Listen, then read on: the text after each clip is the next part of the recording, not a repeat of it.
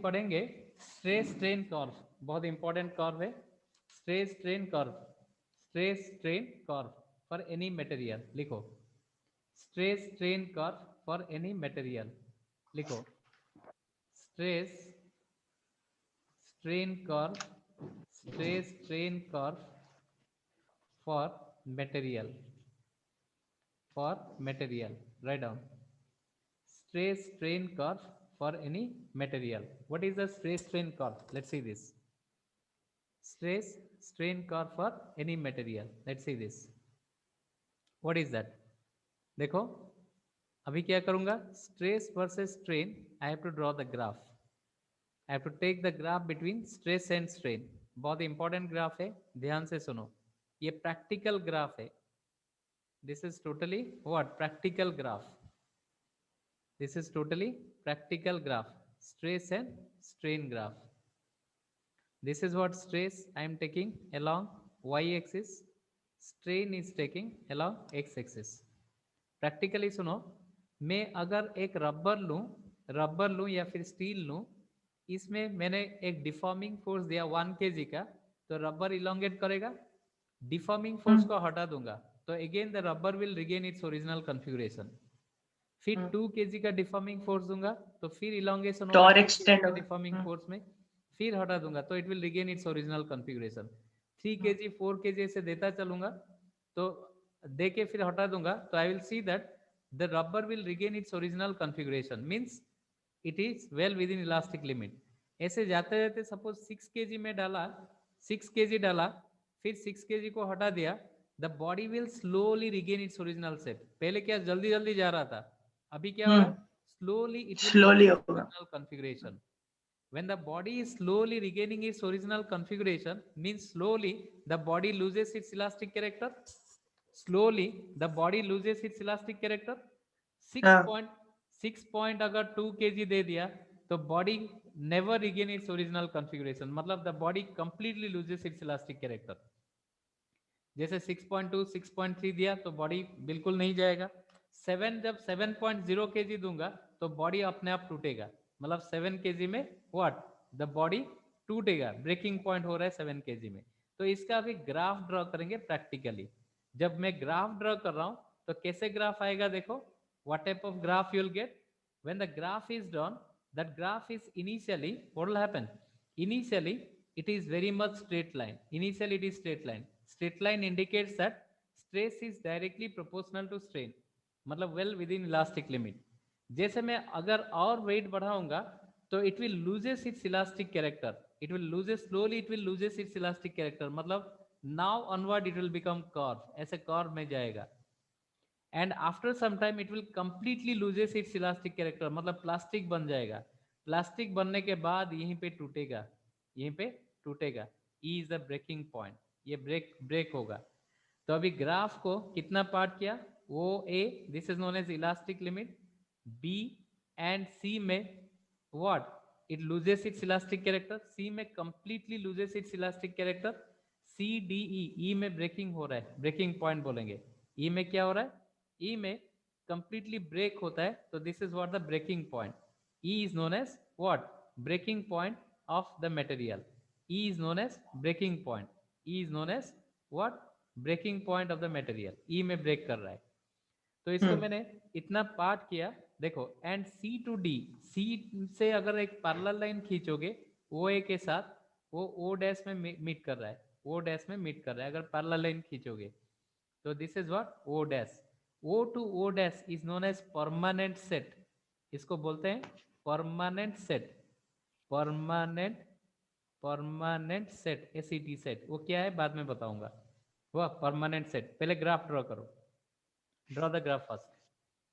ये इंपॉर्टेंट है, 3 मार्क्स का गिर रहा है एग्जाम में। Draw the graph first, draw the graph. What, this is sigma Y and this is what, sigma you. Sigma y is known as yield strength, yield, yield strength, yield strength, and sigma u is known as ultimate tensile strength, ultimate tensile strength, tensile strength, ultimate tensile strength. Sigma y is the yield strength, sigma u is the ultimate tensile strength. What?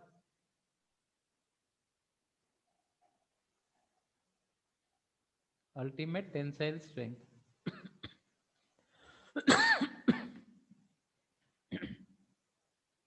Friend है, देखो, तो मैंने example में बताया rubber का लेके, rubber में 6 kg तक लिया, 6 kg को हटाया तो again regain its original configuration, means O to A, जो 6 kg जो डाला O to A is known as elastic limit.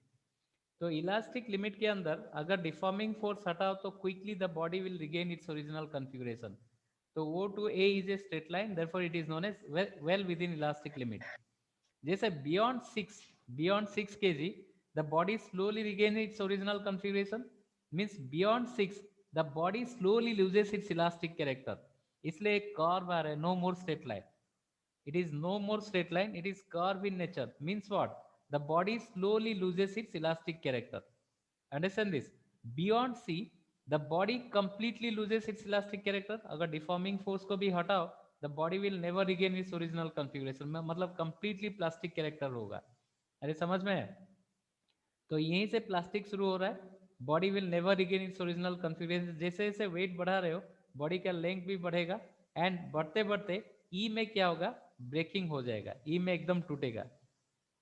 अरे समझ में, ई में टूट जाएगा बॉडी, तो E is known as breaking stress, E is the breaking point, the corresponding stress is known as breaking stress, and Y is known as yield point, yield point, yield point, b is known as yield point, yield point। yield point में क्या है, body में अगर थोड़ा सा भी wait डालो तो अपने आप इलोंगेशन होगा, बॉडी में अगर थोड़ा सा भी वेट डालो अपने आप इलोंगेशन हो जाएगा, that is B is known as yield point, and the corresponding stress sigma y is known as yield strength of the material, yield strength, and d is known as ultimate tensile strength, बॉडी का tensile strength d से measurement किया जाता है, समझ में है? तो लिखो, following conclusions are drawn from the graph, लिखो एक एक पॉइंट लिखो, लिखो following conclusions are drawn from the graph, write down following conclusions are drawn from the graph, following conclusions are drawn from the graph,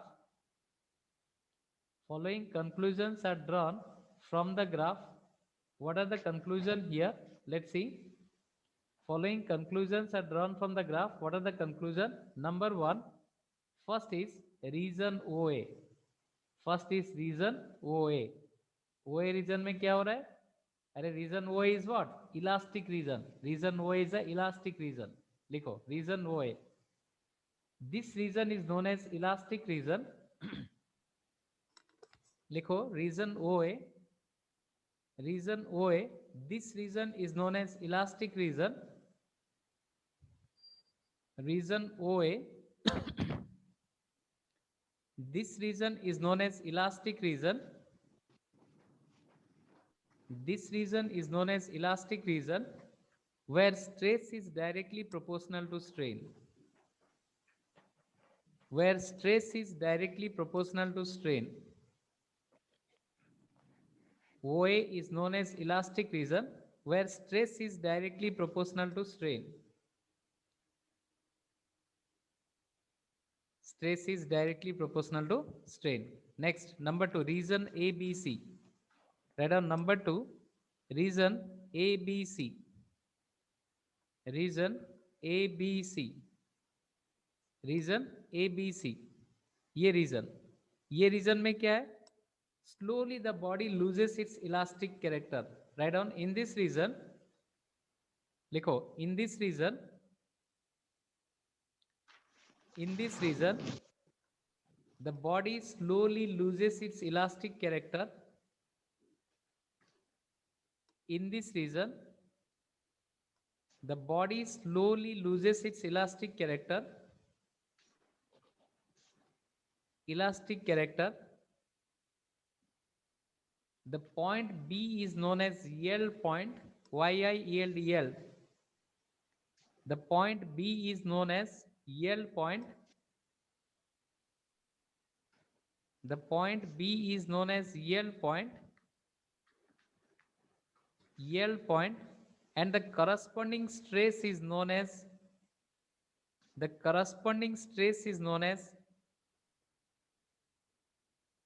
yield strength of the material.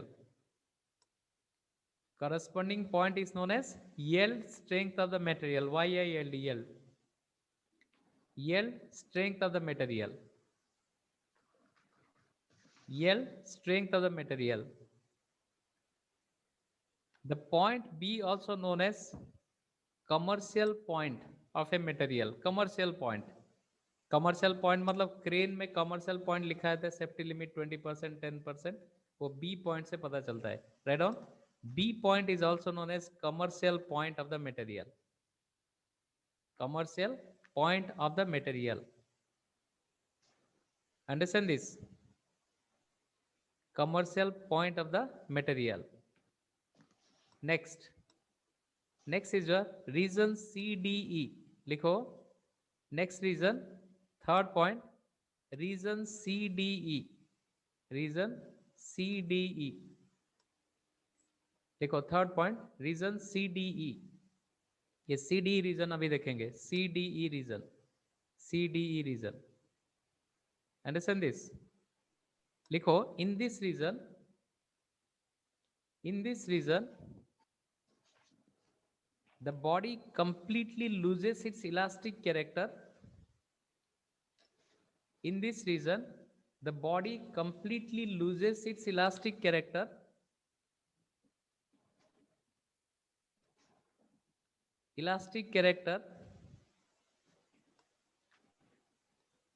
The region O dash is known as permanent set.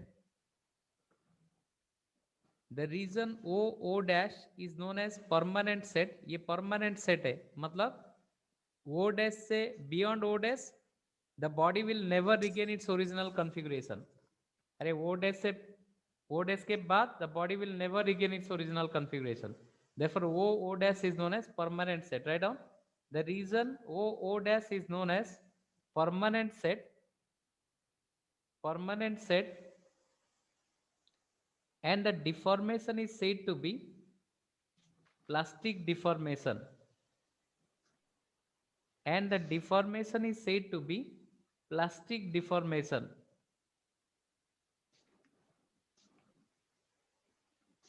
And the deformation is said to be plastic deformation. Deformation is said to be plastic deformation. Write down. Plastic deformation. The point D on the graph is the ultimate tensile strength sigma u. ये D point. Write down. The point D on the graph. The point D on the graph is the ultimate tensile strength sigma u. The point D on the graph is the ultimate tensile strength sigma u. The point D on the graph is the ultimate tensile strength sigma u. Sigma u. And E point is known as breaking point. E point is known as breaking point. E point is known as breaking point where the material breaks. E point is known as breaking point where the material breaks. E point is known as breaking point where the material breaks. Understand this? इसमें कुछ doubt है? पूछना चाहते हो बोलो. नहीं sir. नहीं है. क्लियर हो गया doubt? Understand this doubt? Ayush कुछ डाउट है? No sir. नहीं है. नाउ ये D to E distance plays important role. D to E distance जितना ज्यादा होगा वो मटेरियल उतना डक्टाइल होगा. D to E डिस्टेंस जितना कम होगा वो उतना ब्रिटल होगा. Quickly it will be breakable. लिखो नोट में लिखो. Write on in note. Important note है. नोट में लिखो. ये note important. Note number 1. If the distance between D and E is very large, मतलब ये D and E is very large, लिखो. If the distance between D and E is very large, then the material is said to be ductile. अच्छा है, construction के लिए अच्छा है. If the distance between D and E is very large, then the material is ductile. Ductile means what? It can be drawn into wire. It can be drawn into wire. That is ductile. Number 2. If the distance between D and E is very less, if the distance between D and E is very less, then the material is brittle. Brittle मतलब क्या है? Easily broken. If the distance between D and E is very less, then the material is brittle. Brittle means it can be easily breakable. It is easily broken or breakable easily. The material is brittle if D and E is very less. अगर मैं एक graph ऐसे draw कर रहा हूँ कौन सा material choose करोगे? ये स्ट्रेस है, ये स्ट्रेन है. एक ग्राफ ऐसे होके ऐसे आ रहा है एंड दूसरा ग्राफ ऐसे जाके ऐसे आ रहा है. कौन सा मटेरियल चूज करोगे, ए या बी? अरे कौन सा मटेरियल चूज करोगे फॉर कंस्ट्रक्शन? हेलो सर ए. देखो ए चूज करोगे क्योंकि डी एंड ई के बीच में ये डिस्टेंस बहुत ज्यादा है, ये डी एंड ई के बीच में डिस्टेंस बहुत कम है. therefore what this material should be chosen, this you cannot choose. वाह, क्योंकि ये डॉक्टाइल है, ये डॉक्टाइल है, ये ब्रिटल है, इसलिए ये मटेरियल ही चूजन. समझ में आया? तो this is what stress strain graph. इसमें कुछ डाउट है पूछने का? बोलो. डाउट नहीं है? सर. नहीं है. आगे बढ़ते हैं. अरे डाउट है कुछ? Any doubt? नो नहीं. सर. ओके, नेक्स्ट है.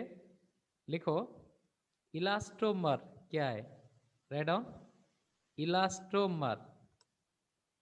What is that? Elastomer. Now tissue of iota. Iota means what? Artery. Heart का आर्टरी को आयोटा बोलते हैं. Tissue of iota, rubber etcetera has large what? Large elasticity.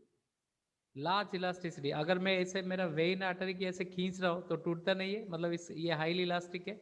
Artery vein सब highly elastic है. इसका अगर stress strain graph draw करोगे तो कैसा आएगा? इसका अगर स्ट्रेस स्ट्रेन ग्राफ ड्रॉ करोगे, ये टिश्यू ऑफ आयोटा रबर का graph, tissue of iota and rubber का ग्राफ कैसा आएगा? देखो tissue of iota and rubber का ग्राफ अगर ग्राफ ड्रॉ करोगे, that graph will be like this. Curve आएगा, ऐसे जाएगा curve. So therefore it is, they are known as what? Elastomer. This is what stress, this is what strain. Write down. Graph draw करो पहले. Hooke's law ओबे नहीं करेगा, it will be curve in nature. Draw करो, graph draw करो. Draw कर दिया graph? Yes sir. हो गया? लिखो. Yes Write down. Substances like, लिखो substances like tissue of aorta, aorta, aorta, tissue of aorta, rubber, etc. Tissue of aorta, rubber, etc.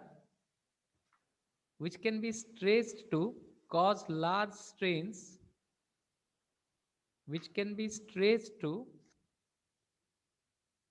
which can be stretched to large, which can be stretched to cause large strain.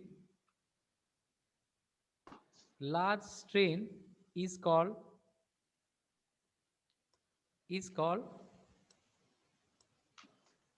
elastomer. Elastomer. Understand this? These are what? Elastomer. Next is application of elastic behavior of material. लिखो application of elastic behavior of material. Elastic behavior of material. Application of elastic behavior of material. What are the applications? Applications of elastic behavior of material. What are the application? Number 1, first application. देखो, the beam is always in I shape.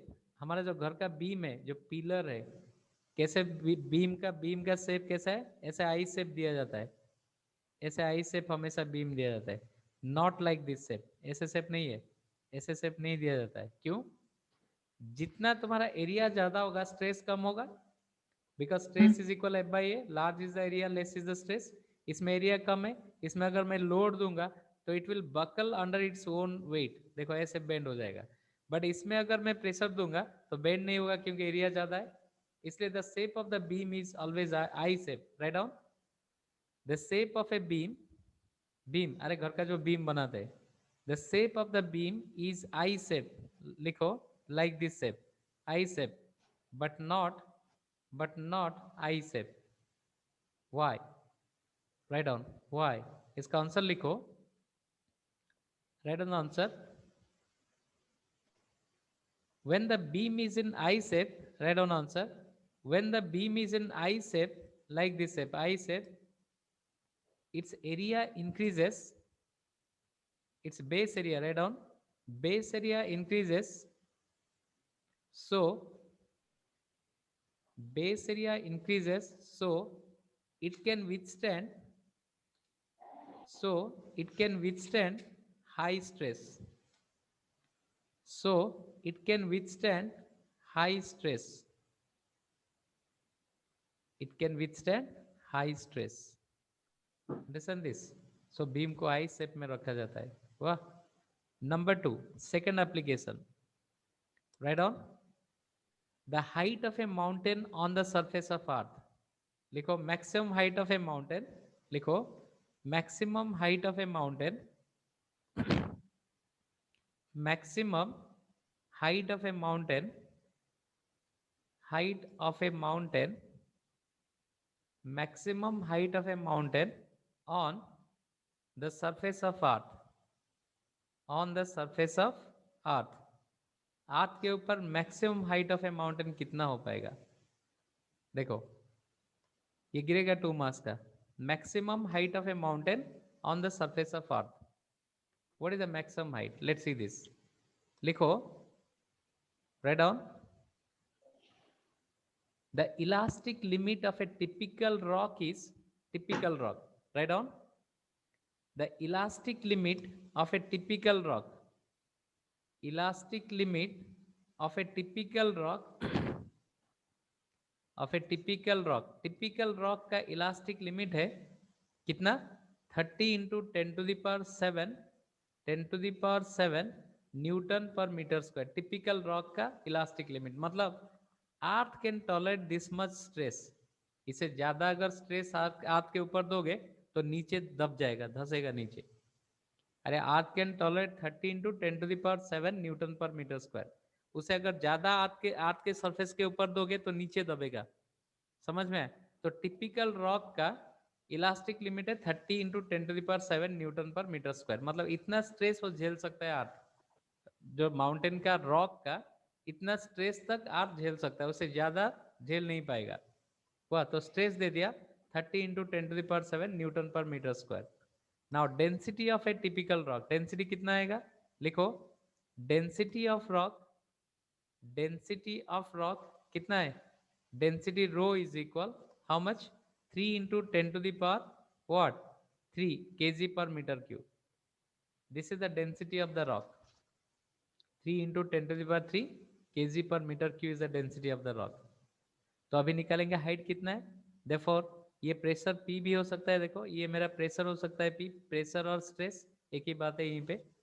तो as pressure P is equal rho G H, हम lower class में पढ़े थे, pressure जो है rho G H है, understand this.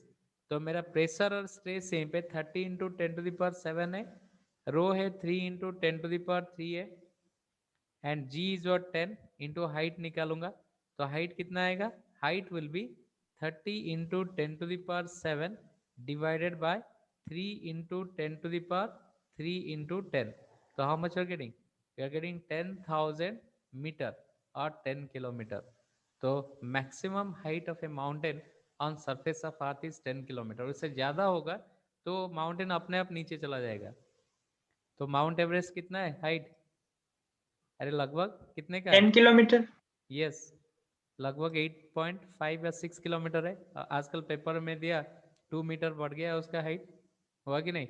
अगर वो आइसबर्ग के वजह से अगर बढ़ेगा हाइट 10 किलोमीटर तक हो जाएगा तो अपने आप नीचे धंसेगा। तो ज्योग्राफी वाले बोल रहे हैं माउंट एवरेस्ट भी एक दिन गायब हो जाएगा। अरे गायब हो जाएगा मतलब क्या, नीचे धंसेगा।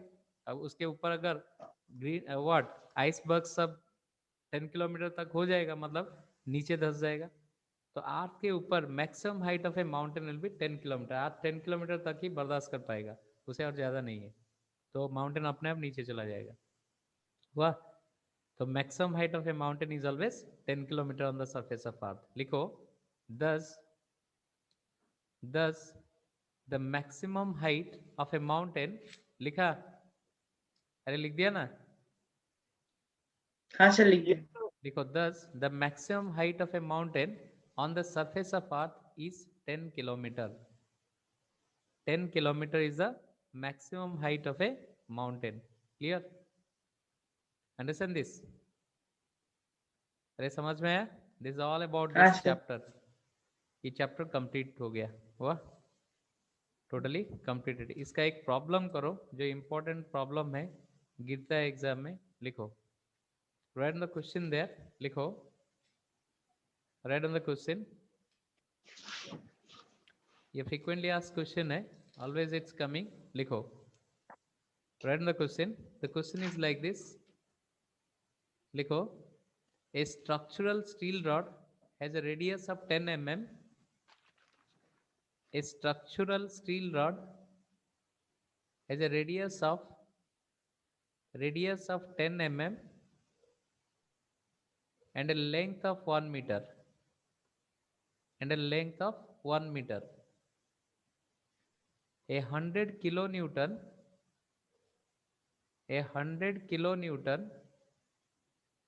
force stretches it. A 100 kilonewton force stretches it along its length. Stretches it along its length.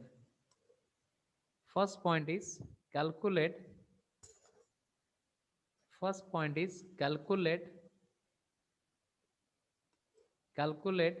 bit 1 its stress. Calculate bit 1 stress, bit 2 elongation, bit 2 elongation, bit 3 strain, bit 3 strain। तीनों निकालना है, निकालो। देखो स्ट्रेस नहीं। क्या है? Stress is equal force by area. मेरा force ये F is equal 100 kilo newton, 100 into 10 to the Into power 100, 3 newton. 10 to 3. तो ये 100 into 10 to the power 3 by area है पाई आर स्क्वायर। रेडियस है 10 mm, इसको मीटर में convert करोगे 10 to the power 4 by 3.14 into radius है 10 mm, mm को convert करोगे 10 टू द पावर -4 का स्क्वायर। -4. Square, understand this? तो ये आ रहा है 1/3.14 into 10 to the power 4 divided by 10 to the power -3, मतलब -6 है। 1/3.14 इज हाउ मच? 1/3.14 है, कितना आ रहा है? लगभग आएगा 3.18। 3.18 इंटू 10 टू द पावर कितना आ रहा है? 8. 8 आ रहा है। Yes, 8 Newton per metre square. ये फर्स्ट आंसर है, स्ट्रेस। उसके बाद इलोंगेशन, मतलब डेल एल निकालना है, कितना है elongation is a del l. लिख दिया आयुष? लिखो लिखो, लिखो। सर थोड़ा फिर से मेरा कट गया था। अच्छा, स्ट्रेस है, देखो stress is what? Stress is equal F by A. अरे stress is equal what? F by A. F डालो, कितना? एफ डाला, एरिया डाला, एफ एरिया सॉल्व करो, आ रहा है 3.18 into 10⁸ Newton per metre square. हो गया? अरे समझ में है? लिखो लिखो, इलोंगेशन। तो elongation second part is elongation. Elongation निकालो, नंबर 2। इलोंगेशन डेल एल पूछा है कितना, तो मेरा फॉर्मूला है Young's modulus is F by A by del L by L, और this is what? F by A into L by del L. तो my del L will be what F L by A Y. मेरा force कितना है, अरे force कितना है 10 to the power 4 है, 4 से 10 टू द पावर 4। लेंथ कितना दिया, लेंथ 1 मीटर दिया। भाई एरिया कितना है पाई आर स्क्वायर, अरे एरिया पाई आर स्क्वायर ना, वो तो हम निकाल चुके हैं सर, इतना आया था। एफ बाई ए तो मेरा 3 इंटू सीधा डालो, अरे एफ बाई ए निकाला 3.18। हाँ सर, डायरेक्ट उसमें डालने से डायरेक्ट हो डालने जाएगा, से एफ इजी बाई होगा। तो यस डायरेक्ट डाल एल दो, इंटू वाई। यस डायरेक्ट डाल दो, बेटर होगा। Yes sir, yes sir. Calculate क्यों करोगे, एफ बाई ए कितना है यहाँ पे, एफ बाई ए कितना 3.18 into 0.18 into 10 to the power 8 length is, अरे डेल एल तो into 1। इंटू 1, डेल एल तो नहीं चाहिए, डेल एल मुझे चाहिए ना, तो डेल एल तो नहीं चाहिए, sir into 1 into 1, understand this. 1 तो कितना है del L divided by Young's sir modulus, by 2 अरे करना है ना। By Y by Y by Y हाँ, बाय by योंग्स 2। मॉडुलस। तो 3.18 into 10 to the power 8 by Young's modulus, Young's modulus है 2 इंटू 10 टू द पावर 11, तो मिल रहा है ये 1.59 into 10 to the power -3 -3 metre. Metre, understand this. ये del L है। Third पूछा है स्ट्रेन, थर्ड पूछा है strain. Strain is what, strain is a change in length to the original length, change in length to the original length. अरे del L by L, del L तो मिला 1.59 into 10 to the power -3 by 1, तो ये भी मिलेगा 1.59 into 10 to the power -3, that is strain. Strain has no limit unit. और ये percentage में अगर लिखोगे तो इंटू 100 मतलब 0.16 और 159%। Strain is written in percentage, बस 0.16% you will get, understand this. अरे समझ में है, ये फ्रीक्वेंटली आस्क्ड क्वेश्चन है ये, हुआ।